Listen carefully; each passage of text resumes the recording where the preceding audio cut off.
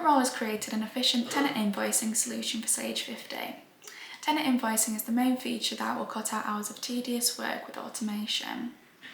To speed up the process for creating invoices in the future, I'm going to start by creating a default charges on a per property basis.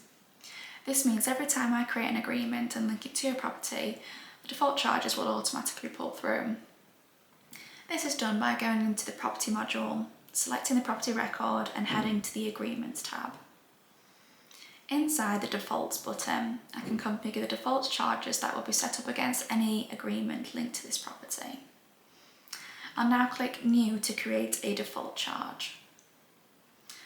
I'm now presented with the option to pick a transaction type, nominal charge type, narrative net amount and tax code for this charge. In this instance, I'll leave it as a customer invoice, so it raises a physical copy of the invoice to send to the customer. I'll use my rent nominal of 4,000 and keep the charge type as a recurring invoice. The narrative will populate based on the name of the nominal code selected and will automatically contain the dates of the relevant charge period in the invoice. The text box allows you to add additional information to the invoice record if needed. For this property, I will charge £1,000 a month for the rent and then select T9 as the tax code. This will now be the default recurring invoice and rent charge for this property.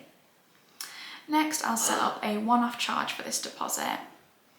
The process will contain the same steps, but I will change the charge type as a one-off.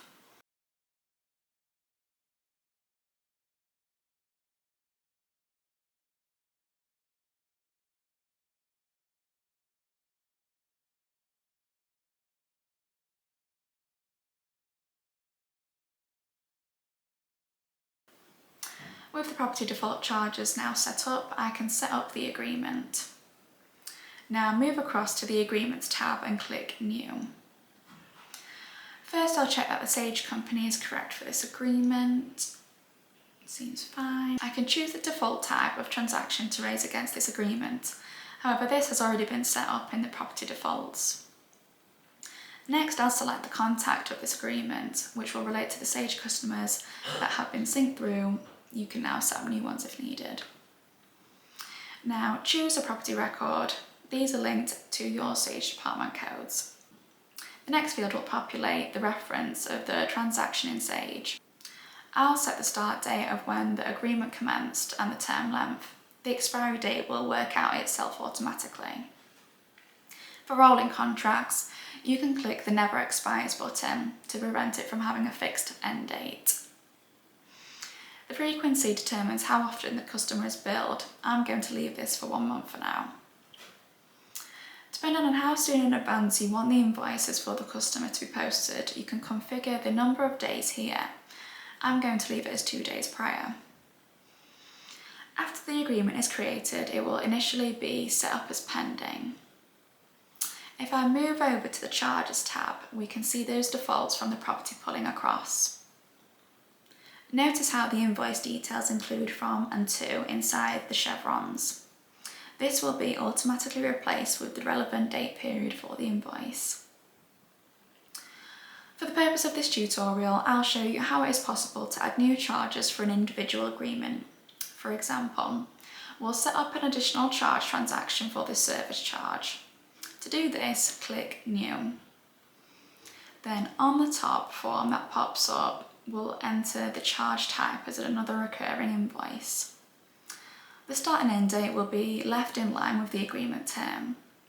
We'll choose our service charge nominal code, which in turn will populate the narrative. And then enter the net amount and tax code.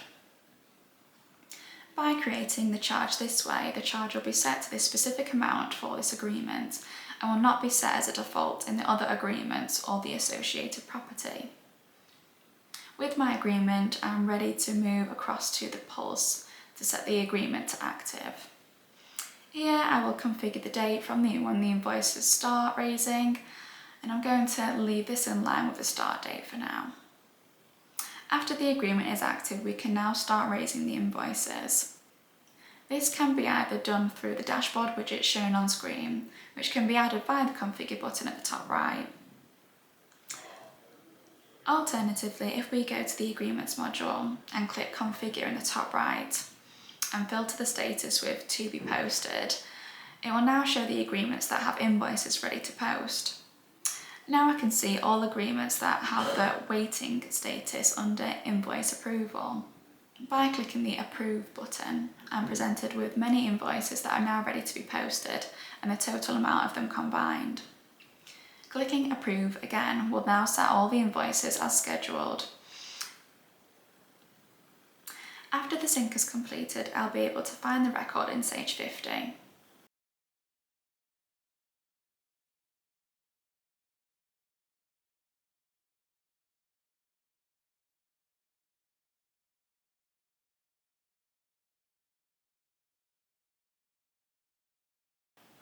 If I return to the agreement record, I can find the invoice we posted under the Invoices tab.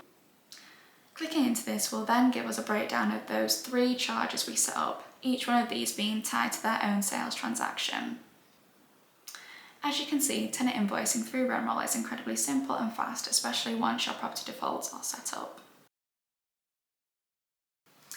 If you found this video helpful in any way, please follow us on all of our social channels for more rent roll tips and property related content. Thank you.